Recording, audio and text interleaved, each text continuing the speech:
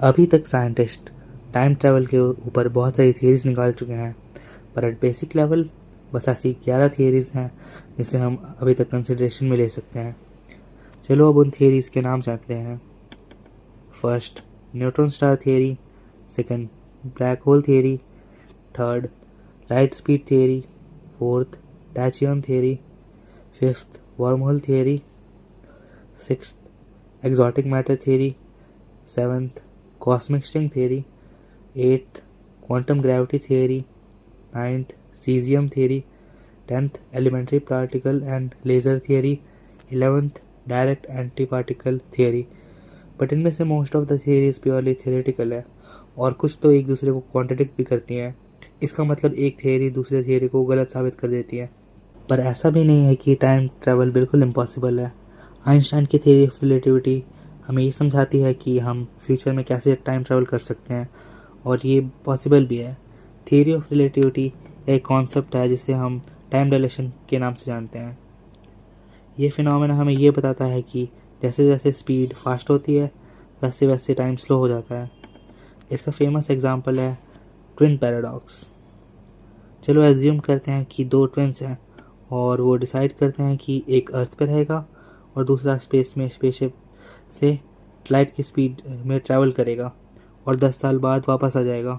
जब वो 10 साल बाद अर्थ पे आता है तब वो ये पाता है कि उसका ट्विन जो अर्थ पे था वो बूढ़ा हो चुका है, बट वह अभी यंग है, क्योंकि जब वो हाई वेलोसिटी पे ट्रैवल कर रहा था ज़्यादा स्पीड की वजह से उसका इंडिविजुअल टाइम स्लो हो चुका था। स्पीड ऑफ लाइट थियरी का इस्तेमाल करके हम टाइम ट्रैवल कर तो सकते हैं, बट ये बहुत मुश्किल है क्योंकि स्पीड ऑफ लाइट को अचीव करना बहुत मुश्किल होता है, या फिर मुझे कहना चाहिए इम्पॉसिबल। इसके 3 रीज़न्स हैं। पहला रीज़न, इन्फिनिट एनर्जी चाहिए, जितना फास्ट जाओगे उतनी ज़्यादा एनर्जी लगती है। सेकंड रीज़न, मास प्रॉब्लम। तुम्हारे पास जब तक मास है तब तक तुम स्पीड ऑफ लाइट को अचीव नहीं कर पाओगे क्योंकि उसके लिए ऑलमोस्ट ज़ीरो मास की रिक्वायरमेंट होती है। Third reason, time space weirdness. Speed बढ़ते ही टाइम स्लो हो जाता है और डिस्टेंस छोटा हो जाता है। लाइट स्पीड पे टाइम रुक जाता है और डिस्टेंस ज़ीरो हो जाता है, इसलिए स्पीड ऑफ लाइट थियरी का यूज़ करना भी ऑलमोस्ट इम्पॉसिबल है। ये तो बस एक फ्यूचर टाइम ट्रैवल का एग्जांपल था, बट अगर हम स्टार्स को देखें जो हमसे कई लाइट ईयर्स दूर हैं, हम पास्ट को भी देख सकते हैं। फॉर एग्जांपल, अर्थ का सबसे नियरेस्ट स्टार जो कि सन है, उसकी लाइट को हम तक पहुंचने में ऑलमोस्ट 8 मिनट्स और 20 सेकंड्स लगते हैं और उसके बाद ही हम सन को ऑब्जर्व कर पाते हैं। इसका मतलब अगर सन किसी मिस्टीरियस रीज़न से गायब भी हो गया या डिस्ट्रॉय भी हो गया तो हमें इसका पता 8 मिनट्स और 20 सेकंड्स बाद लगेगा, क्योंकि हम सन के प्रेजेंट को नहीं, हम उसके पास्ट को देख रहे हैं। Neutron star theory. Neutron stars एक टाइप के सुपर डेंस स्टार्स होते हैं जो मैसिव स्टार्स के सुपरनोवा एक्सप्लोजन के बाद बनते हैं। ये इतने डेंस होते हैं कि एक छोटा स्पैर लाइक 10 किलोमीटर रेडियस में 1-2 सोलर मासेस का वेट हो सकता है। चलो अब इनकी प्रॉपर्टीज़ को जानते हैं। Extreme density, strong gravity, fast rotation और आखिरकार जिसके बारे में मैं इधर बात करने आया हूँ, टाइम डायलेशन। ग्रेविटी के कारण टाइम न्यूट्रॉन स्टार के पास थोड़ा स्लो हो जाता है relative to other observers, but हम इसके टाइम डायलेशन का इस्तेमाल करके टाइम ट्रैवल क्यों नहीं कर सकते? क्योंकि इसके 3 रीज़न्स हैं। ग्रेविटी इतनी नहीं होती कि हम टाइम ट्रैवल कर पाएँ, मतलब ग्रेविटी इतनी एक्सट्रीम नहीं होती कि हम मेजर टाइम ट्रैवल कर पाएँ। ब्लैक होल से कंपैरिजन में न्यूट्रॉन स्टार के पास टाइम डायलेशन थोड़ी होती है, सिर्फ सेकंड्स या फिर मिनट्स का डिफरेंस आता है, ईयर्स का नहीं। Second, no past future access. Time dilation सिर्फ स्लो मोशन इफेक्ट देता है, इस आपको पास्ट में ले जाने या फ्यूचर में इंस्टेंटली शिफ्ट करने का कोई टूल नहीं है। Third, extreme conditions. Surface gravity और रेडिएशन इतनी स्ट्रांग है कि ह्यूमन सर्वाइव ही नहीं कर पाएंगे। इन कंक्लूजन, न्यूट्रॉन स्टार्स आपको थोड़ा टाइम स्लो एक्सपीरियंस करा सकते हैं, लेकिन ये टाइम मशीन नहीं है। Black hole theory. Black holes space के वो रीजन्स हैं जहाँ ग्रेविटी इतनी स्ट्रांग होती है कि उसे लाइट भी एस्केप नहीं कर पाती। सेंटर में सिंगुलैरिटी होती है और सराउंडिंग्स में इवेंट होराइजन। अगर इसे क्रॉस करोगे तो वो कभी वापस नहीं आ पाओगे। पर हम इसे टाइम ट्रैवल कर कैसे सकते हैं? Time dilation. ब्लैक होल्स के आसपास टाइम बहुत धीरे बीतता है, बट इसे टाइम ट्रैवल करना ऑलमोस्ट इम्पॉसिबल है, क्योंकि इवेंट हॉराइजन के अंदर से कोई रिटर्न नहीं है, और अगर तुम अंदर चले भी गए तो स्पैगेटिफिकेशन हो जाएगा। मतलब तुम स्पैगेटी बन जाओगे, ग्रेविटी की वजह से आप टूट फूट जाओगे। इसे हम प्रैक्टिकली यूज़ नहीं कर सकते, क्योंकि ब्लैक होल्स बहुत डेंजरस हैं और दूर हैं। इन कंक्लूजन, टाइम स्लो हो सकता है, लेकिन पास्ट या फ्यूचर में फ्रीली ट्रैवल करना इम्पॉसिबल है। चलो, मैंने बहुत थियरी की बातें कर ली, अब सीधा पॉइंट पे आते हैं। लेट्स से हमें एक मशीन बनानी है जो फिजिकली लोगों को टाइम ट्रैवल करने के कैपेबल बना दे, यानी कि एक टाइम मशीन। तो हमें किन किन चीज़ों की ज़रूरत पड़ेगी? जो थियरी इससे बेस्ट तरीके से सपोर्ट करती है वो है कॉस्मिक स्ट्रिंग थियरी और वर्महोल थियरी। कॉस्मिक स्ट्रिंग एक 1D क्रैक है जो बिग बैंग के बाद यूनिवर्स कूल होने और सिमेट्री ब्रेक होने के पर बनते हैं। ये बहुत पतले होते हैं लेकिन बहुत हैवी एनर्जी रखते हैं, जिससे ये स्पेस टाइम को बैंड करते हैं और ग्रेविटेशनल वेव्स निकल जाते हैं। बेसिकली कॉस्मिक स्ट्रिंग्स स्ट्रेप्ड क्रीविस होते हैं विद एक्सट्रीम मास। ये क्रीविस बिल्कुल एलिमेंट्री पार्टिकल जितना वाइड होता है और एट लीस्ट यूनिवर्स के डायमीटर जितना लंबा।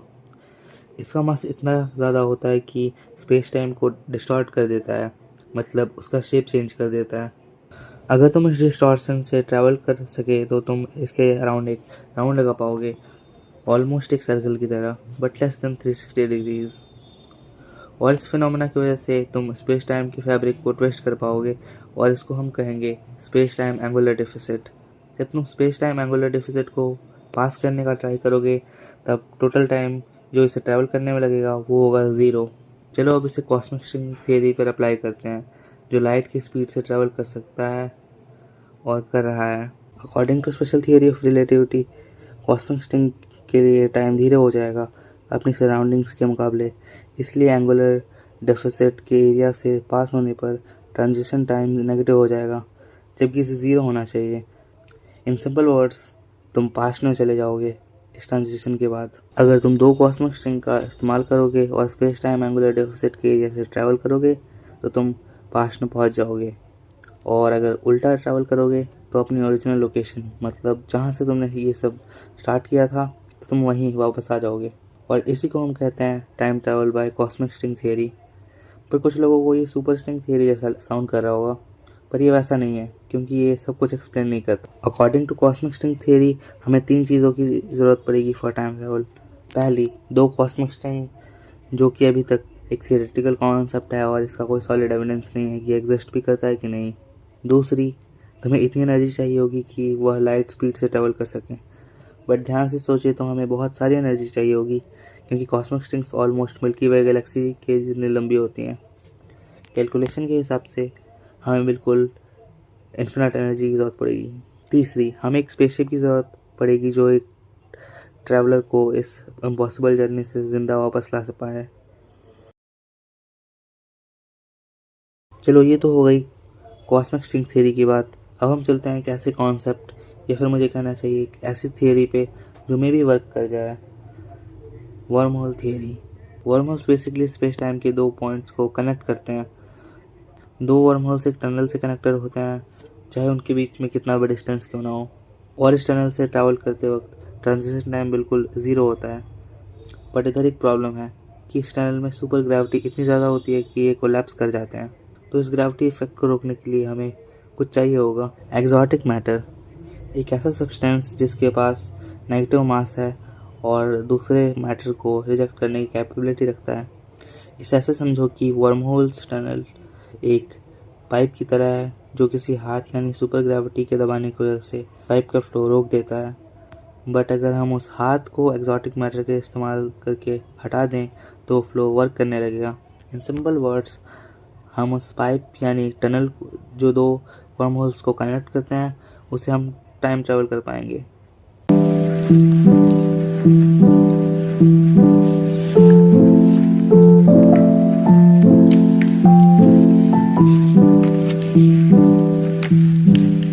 टैचियन थियरी। टैचियन बेसिकली वो पार्टिकल्स होते हैं जो लाइट की स्पीड से ज़्यादा तेज़ी से ट्रैवल कर सकते हैं। इसके की फीचर्स हैं कि कि ये लाइट की स्पीड से ज़्यादा तेज़ी से ट्रैवल करते हैं और इनका मास इमेजिनरी होता है। बट हम इनसे टाइम ट्रैवल क्यों नहीं कर सकते? इसके 3 रीजंस है। हाइपोथेटिकल नेचर, क्योंकि इनका नेचर हाइपोथेटिकल है, ये असली में एग्जिस्ट करते भी हैं कि नहीं इसका कोई अभी तक प्रूफ नहीं है, नहीं एक्सपेरिमेंटली इसे क्रिएट कर सकते हैं। सेकंड, कैजुअलिटी वायलेशन, ये लॉ ऑफ कैजुअलिटी को वायलेट करते हैं जो फिजिक्स के रूल्स के खिलाफ है। Third, infinite energy problem, light speed cross करने के लिए इन्फिनिट एनर्जी चाहिए, ये प्रैक्टिकल नहीं है। इन कंक्लूजन, टैचुअन थ्योरी में टाइम ट्रेवल पॉसिबल लग सकता है, लेकिन ये प्योरली हाइपोथेटिकल है। Caesium laser theory, caesium atoms का यूज़ होता है एटॉमिक क्लॉक्स और सुपर प्रिसाइज लेज़र्स बनाने के लिए। सीजियम लेज़र्स की फ्रिक्वेंसी बहुत स्टेबल होती है, टाइम मेजरमेंट के लिए परफेक्ट। बट कुछ लोगों को लगता है इसका यूज़ करके हम टाइम ट्रैवल कर सकते हैं, क्योंकि कुछ लोग सोचते हैं अगर ultra stable caesium laser shine करे टाइम को कंट्रोल कर सकते हैं। बेसिकली इसके पीछे का आइडिया ये है, laser plus caesium clock is equal to space time warp या टाइम डिलेशन। पर ये बिल्कुल साइंस फिक्शन जैसा है। रियलिटी में ह्यूमन मेड लेज़र्स की एनर्जी स्पेस टाइम रैप करने के लिए काफ़ी नहीं है। चलो हम चलते हैं अपनी आखिरी थ्योरी के ऊपर, direct anti particle theory. Paul direct ने 1928 में एक इक्वेशन बनाई थी, डायरेक्ट इक्वेशन, जो इलेक्ट्रॉन्स की क्वांटम मैकेनिक्स और रिलेटिविटी दोनों को कंबाइन करती थी। इस इक्वेशन ने एक शॉकिंग चीज़ रिवील की, हर पार्टिकल के लिए एक एंटी पार्टिकल एग्जिस्ट करता है। जैसे इलेक्ट्रॉन नेगेटिव चार्ज के लिए पॉजिट्रॉन पॉजिटिव चार्ज होता है, यानी नेचर सिमेट्रिक है, मैटर और एंटी मैटर दोनों वर्जन्स बन सकते हैं। पर इसका टाइम ट्रैवल से क्या कनेक्शन है? क्वांटम फिजिक्स के लिए इंटरप्रिटेशन, स्पेशली फाइनमैन डायग्राम्स के हिसाब से एक एंटी पार्टिकल को ऐसे सोचा जा सकता है जैसे कि एक पार्टिकल जो टाइम में पीछे जा सकता है, मतलब positron is equal two electron जो बैकवर्ड इन टाइम ट्रैवल कर सकता है। सो थ्योरेटिकली अगर हम किसी पार्टिकल को कंट्रोल कर सकें और उसकी डायरेक्शन को भी कंट्रोल कर सकें तो हम उसको रिवर्स कर सकते हैं, तो हम टाइम ट्रैवल कर सकते हैं। बट ये पॉसिबल क्यों नहीं है? 3 रीजंस। पहला, energy problem, anti particles create करने के लिए बहुत ज़्यादा एनर्जी चाहिए होती है और वो इंस्टेंटली मैटर से एनिहिलेट हो जाता है, दोनों एनर्जी में कन्वर्ट हो जाते हैं। दूसरा रीज़न, नो कंट्रोल, हम एंटी पार्टिकल को रिवर्स टाइम मोशन की तरह कंट्रोल नहीं कर सकते। क्वांटम लेवल पे ये सिर्फ मैथमेटिकल इंटरप्रिटेशन है, रियल बैकवर्ड मोशन नहीं। थर्ड रीज़न, कैजुअलिटी ब्रेक, अगर पार्टिकल पास्ट में जाता है तो कॉज इफेक्ट सिस्टम टूट जाता है, यूनिवर्स इनकंसिस्टेंट हो जाता है, नेचर ऐसे पैराडॉक्स अलाउ नहीं करता। पैराडॉक्स का मतलब होता है जब लॉजिक अपने आप से ही टकरा जाए। जैसे अगर तुम पास्ट में जाके अपनी बर्थ को रोक दो तो तुम पहले प्लेस पे टाइम ट्रैवल करने आए कैसे? क्या यही ग्रैंडफादर पैराडॉक्स है? अब प्रॉब्लम यह है कि यूनिवर्स को कंसिस्टेंसी चाहिए, उसके रूल्स के हिसाब से कॉज इफेक्ट ऑर्डर कभी टूट नहीं सकता। अगर वो टूटा तो यूनिवर्स के इक्वेशंस कोलैप्स हो जाते हैं, मतलब रियलिटी ही अनडिफाइंड हो जाती है। इसलिए नेचर पैराडॉक्स को अलाउ ही नहीं करती। वो या तो टाइमलाइन को सेल्फ करेक्ट करती है या अल्टरनेट रियलिटी बना देती है जहाँ दोनों वर्जन एग्जिस्ट करते हैं। So scientifically paradox are not impossible because they are forbidden, they are impossible because universe refuses to make nonsense real. अभी तक की साइंटिफिक डिस्कवरीज के हिसाब से टाइम ट्रैवल थियरीज बस एक थॉट एक्सपेरिमेंट है और टाइम मशीन बनाना इम्पॉसिबल है। हम ह्यूमंस की नॉलेज अभी लिमिटेड है इस टॉपिक को लेकर। मुझे नहीं पता कि मॉडर्न फिजिक्स अब कितना आगे जाएगी या फिर हम कभी टाइम मशीन जैसी साइंस फिक्शन को रियलिटी बना भी पाएंगे कि नहीं। इवन अगर कोई टाइम मशीन बनाने की लॉजिकल रिक्वायरमेंट्स को पूरा भी कर लेता है तब भी कुछ फैक्टर्स बच ही जाएंगे जो टाइम ट्रैवल को होने से रोक दे, क्योंकि प्रिंसिपल ऑफ कैजुअलिटी को अभी तक सॉल्व नहीं किया गया। अभी तक जो मैंने इस लेक्चर में डिस्कस किया वो मॉडर्न फिजिक्स के हिसाब से था जो अभी तक डिस्कवर हो चुकी है, बट मुझे नहीं पता कि फ्यूचर में अब मॉडर्न फिजिक्स कितना आगे जाएगी और क्या क्या नई डिस्कवरीज होंगी।